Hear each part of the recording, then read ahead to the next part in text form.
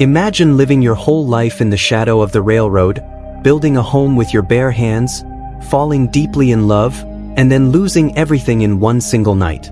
This is the story of Robert Grainier, a quiet working man who watched America change from old wooden cabins and logging camps all the way to rockets flying into space. Train Dreams, 2025, is not just a movie, it's a lifetime packed into one haunting, unforgettable journey. And by the end, you won't just understand Robert's life, you'll feel it.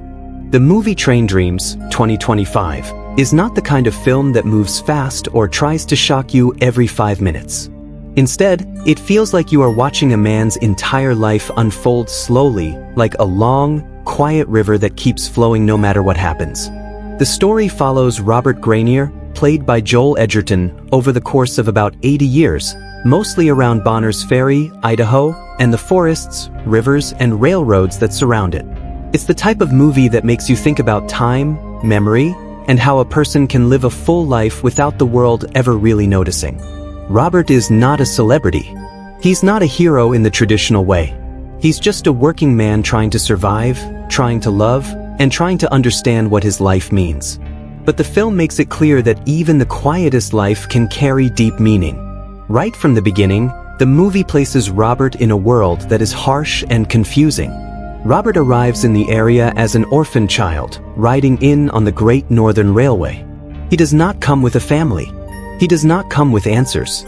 Nobody tells him what happened to his parents or how he lost them. That mystery becomes a shadow that follows him for the rest of his life. Imagine being a child and not even knowing the story of your own beginning. Robert grows up with that missing piece inside him, and you can tell it shapes the way he sees the world.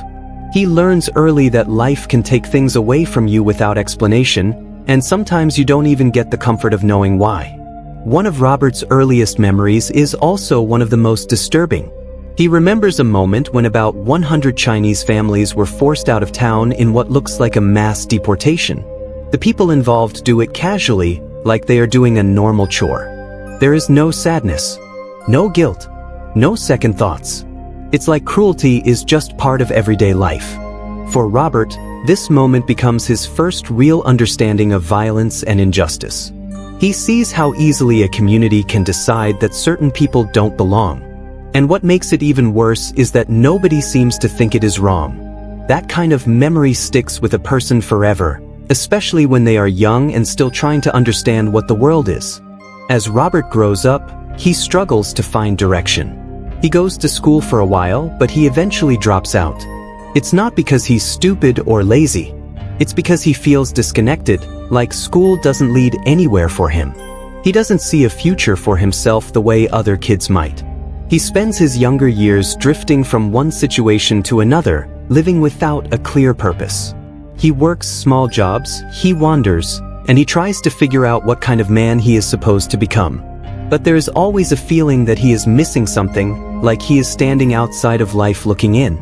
Then, one day, everything changes when Robert meets Gladys Olding, played by Felicity Jones.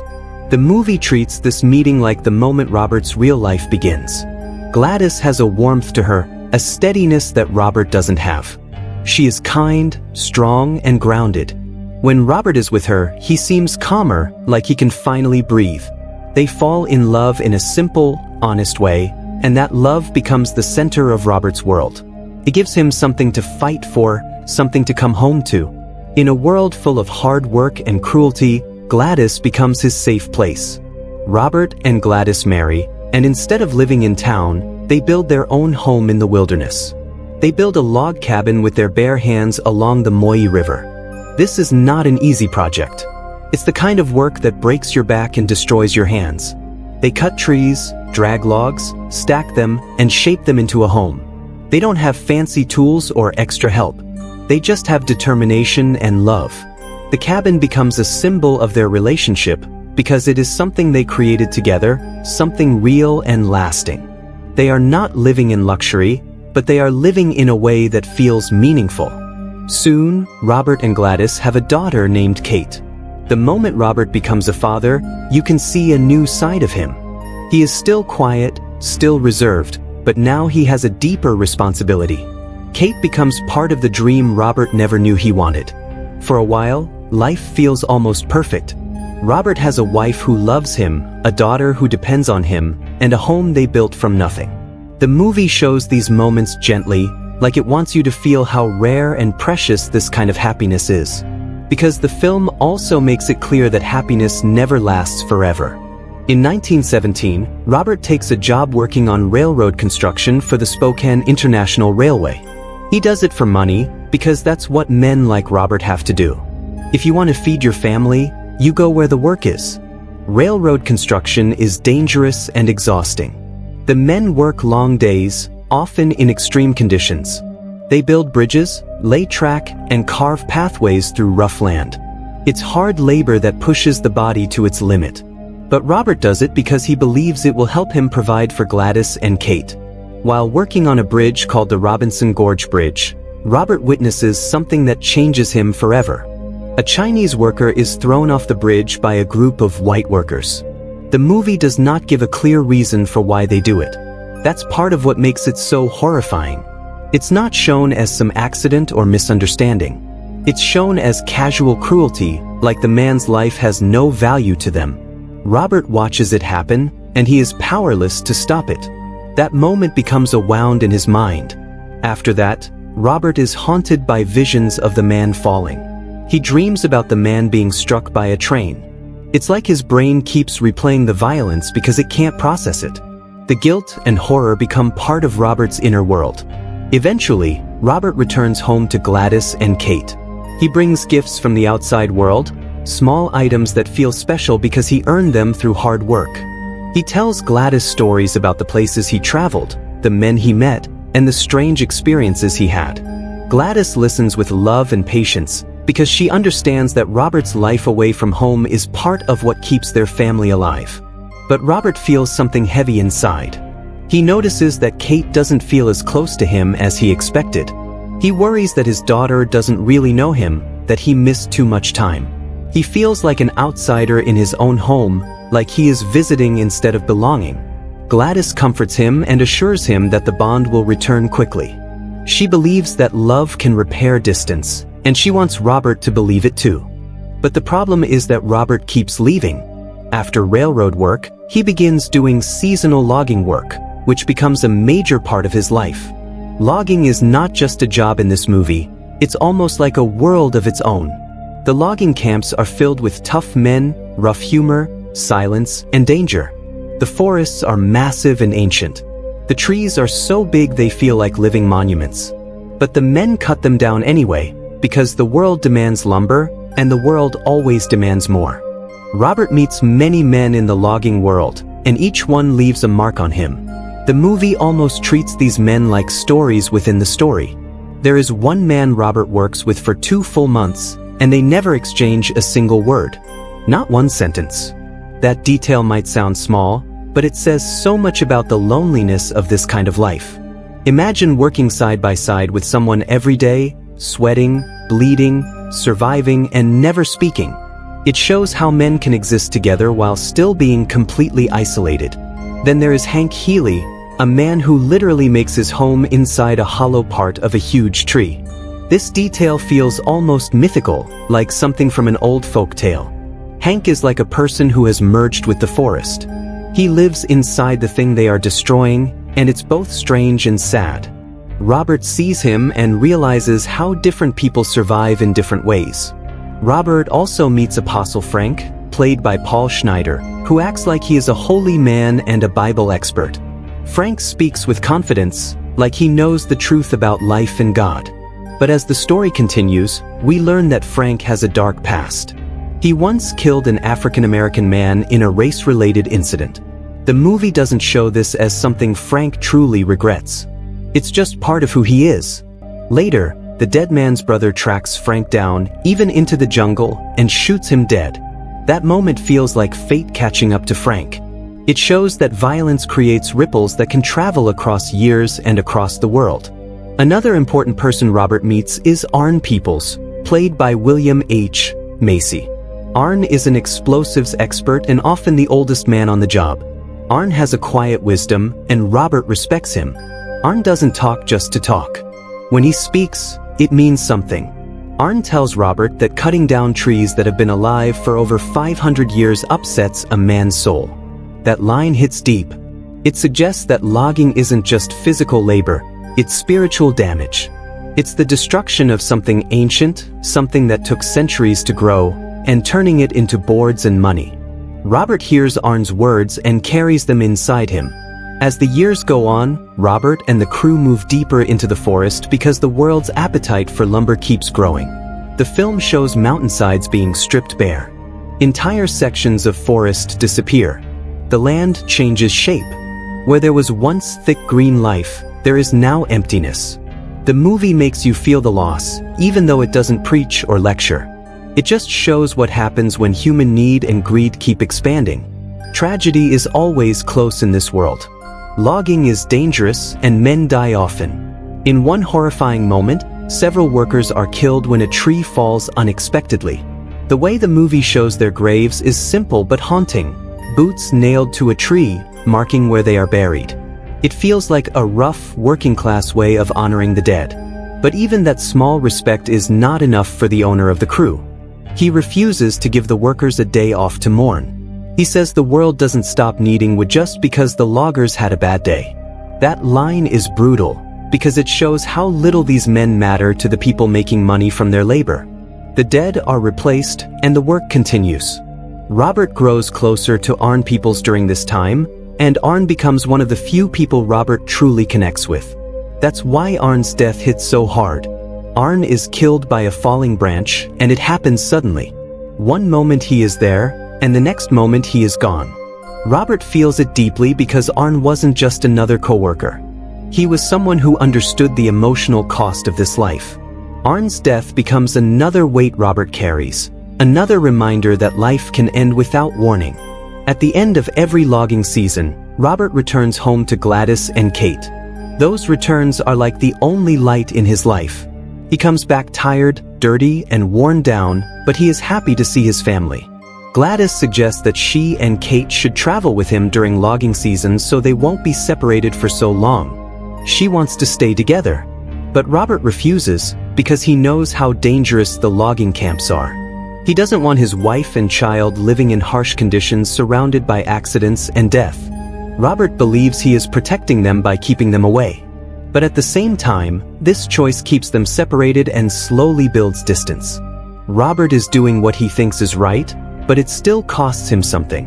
As time passes, Robert tries to find work closer to home. He wants to stop leaving. He wants to build a stable life.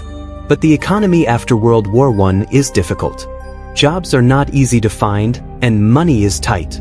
Robert and Gladys start dreaming of a new plan, farming and building a sawmill so Robert can stop logging forever. It feels like hope again. It feels like a second chance at a normal life. But to make it happen, Robert needs money. So he goes out for one last logging season, promising himself it will be the final time. He earns about $4 a day, saving every bit he can.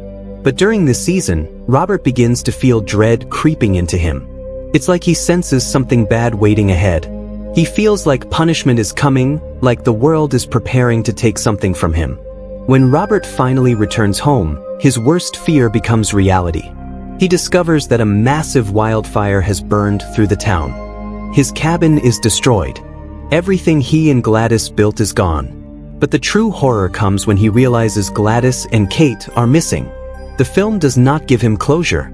They don't come running out alive. There is no comforting explanation. They are simply gone. Robert's entire world collapses in a single moment. It's like the ground disappears beneath him. Robert is completely broken. He doesn't know where to go or what to do. He stays at the location of the destroyed cabin for many nights, sleeping outside under the open sky. Even when it rains, even when it's freezing, he waits like a man who refuses to accept reality. He keeps hoping that Gladys and Kate will appear, that they escaped, that they will come back.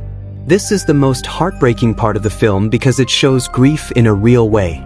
Robert isn't dramatic. He doesn't scream. He just sits with his pain, day after day, night after night, like a man who has been emptied out. Eventually, Robert is joined by his friend Ignatius Jack, played by Nathaniel Arcand. Ignatius is the local grocer who used to sell Robert supplies. He is not just a random person. He is someone who knew Robert's family and watched their life from the outside. Ignatius doesn't come to fix things, because he can't. But he comes to keep Robert from being alone. Sometimes that is the best thing a person can do. With Ignatius's help, Robert rebuilds the cabin. He cuts logs again, stacks them again, and creates the same shape of a home. But this time, the cabin feels different. It is not filled with laughter. It is not filled with love. It is filled with silence. That same year, a comet appears in the sky, and people believe it might signal the end of days. The comet stays for about 2 weeks and then disappears quietly. This moment feels symbolic, like a sign of how people try to make sense of tragedy. When something terrible happens, humans look for meaning in the sky, in religion, in signs. But the comet fades away without explanation, just like Gladys and Kate disappeared without explanation. The universe doesn't give Robert answers. It only gives him more silence. Robert tries to live in the rebuilt cabin, but he can't stand the emptiness. Every corner reminds him of what he lost. The cabin is the same, but his life is not. He returns to logging again because he doesn't know what else to do. Work becomes a way to escape the pain, even though the work is brutal. But logging has changed too. New technology has arrived. Younger men are doing the jobs differently. The camps feel rougher, louder, and less familiar. Robert feels out of place, like an old ghost walking through a world that no longer belongs to him. Eventually, he decides he can't keep doing it. He stops logging for good. Robert buys a horse and cart for $300, paying in installments. But then, in another strange moment of fate, the owner of the cart dies from a heart attack. It's like death is always nearby in Robert's life, showing up unexpectedly. Robert becomes a freighter, hauling goods, supplies, and eventually people. It's a quieter life, but it keeps him moving. It keeps him connected to the roads, the towns, and the changing world. Through this work, Robert becomes a carriage driver for townspeople. He meets travelers, workers, families, and strangers. Each ride is a small piece of someone else's story. And in a way, Robert becomes a witness again, watching life pass by. During this period, Robert meets Claire Thompson, played by Carrie Condon, who works for the United States Forest Service. Claire is in town to conduct a survey, and she encourages Robert in a way that feels gentle and meaningful. She talks to him like he still matters, like his life still has value. Claire tells him that long ago, the entire valley was buried under about 3,000 feet of ice, and when the ice broke, it flooded the whole region. This information amazes Robert. It reminds him that the land has its own history, much older than human life. Claire's job is to manage timber cuts and prevent forest fires. That detail is important because fire and logging have shaped Robert's life in painful ways. Claire represents a new way of thinking, a more modern approach that tries to balance human needs with protecting nature. Robert listens to her, and you can tell he feels something shift inside him. Maybe he realizes that the destruction he witnessed wasn't inevitable. Maybe he realizes that humans could have chosen a different path. Robert continues living in his cabin. He spends long hours walking through the woods alone. He believes he can sometimes feel the spirits of Gladys and Kate. He doesn't see them clearly, but he feels them in the wind, in the trees, in the quiet moments. He hopes not to drive them away. He walks carefully, like he is moving through a sacred place. The woods become his church, his memory, and his connection to what he lost. One night, Robert believes he sees an injured Kate return to the cabin. She looks hurt and weak, and Robert immediately cares for her. He tends to her wounds, feeds her, and watches over her like a father who has been waiting for years. For Robert, it feels like a miracle. It feels like his life has been given back to him. But after a night filled with dreams, Robert wakes up and Kate is gone. There is no sign she was ever there. The movie leaves it open. Maybe it was a vision, maybe it was a hallucination, maybe it was a dream that felt real.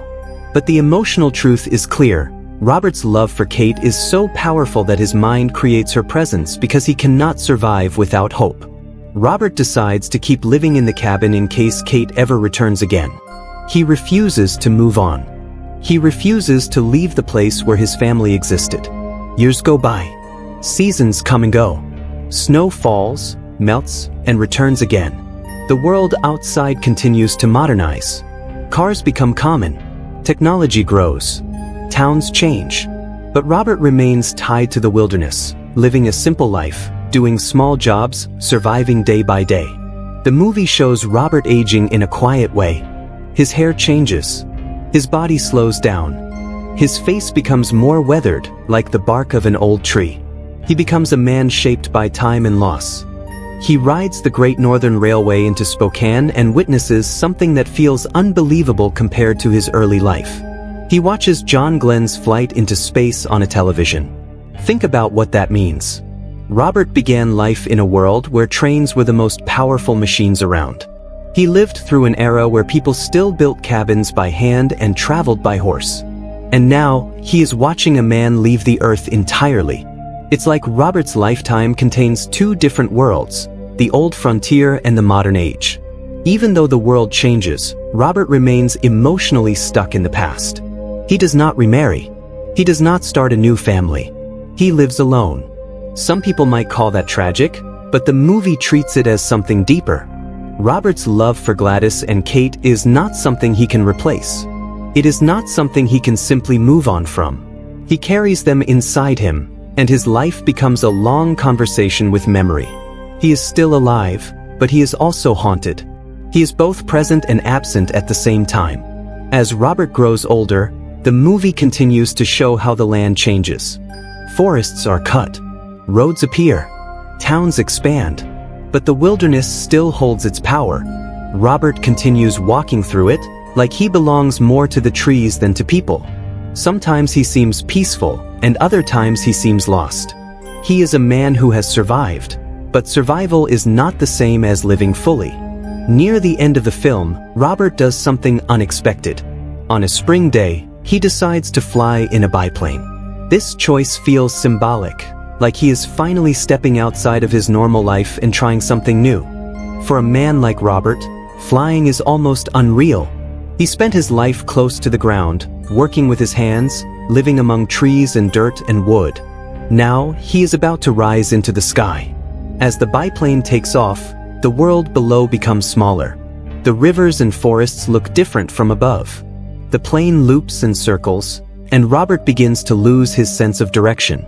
Up feels like down. The sky spins. The ground tilts. And in that strange moment, Robert's mind begins to flood with memories. He sees faces.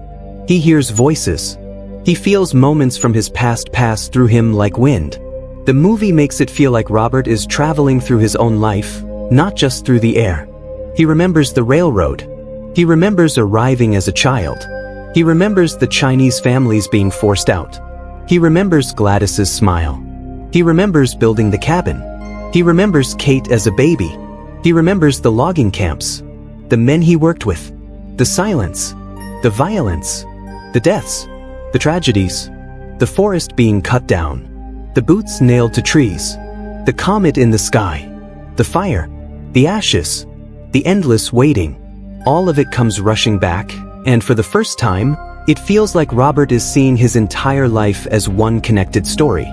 The narrator tells us that Robert dies in his sleep in the cabin in November of 1968, leaving no heirs. On paper, it sounds lonely. It sounds like a man who disappeared without leaving a trace. But the movie doesn't end with sadness. Instead, it ends with something quiet and almost peaceful. On that spring day in the plane, as Robert loses all sense of up and down, he feels something he has been searching for his entire life. He feels connected. Connected to the land, to the people he met, to the love he had, to the pain he survived, and to the world that kept moving forward without him. He finally feels like he belongs to the universe, like he is part of something larger. And that is what makes Train Dreams, 2025, such a powerful film. It is not just about trains or logging. It is about time and memory. It is about love that can build a home out of nothing, and loss that can burn that home to ashes. It is about how the world can be cruel, unfair, and violent, but also beautiful and full of wonder. Robert's life is not glamorous, but it is real. It is the kind of life millions of people lived, the kind of life history books rarely talk about. But the movie shows that these lives matter too. Robert Grainier is not a man who conquers the world. He is a man who endures it. He works hard. He loves deeply. He loses everything. And yet he keeps walking forward even when he doesn't know why. He keeps living even when life has taken away the reason. He becomes like the forest he once cut down, scarred, changed, but still standing. The movie asks us to think about our own lives and what we will leave behind. It reminds us that life is made up of small moments, not just big events. A look from someone you love, a quiet morning by a river, a conversation with a stranger, a memory that never leaves you. By the end, Train Dreams 2025 feels like a dream itself, sad, beautiful, haunting, and unforgettable.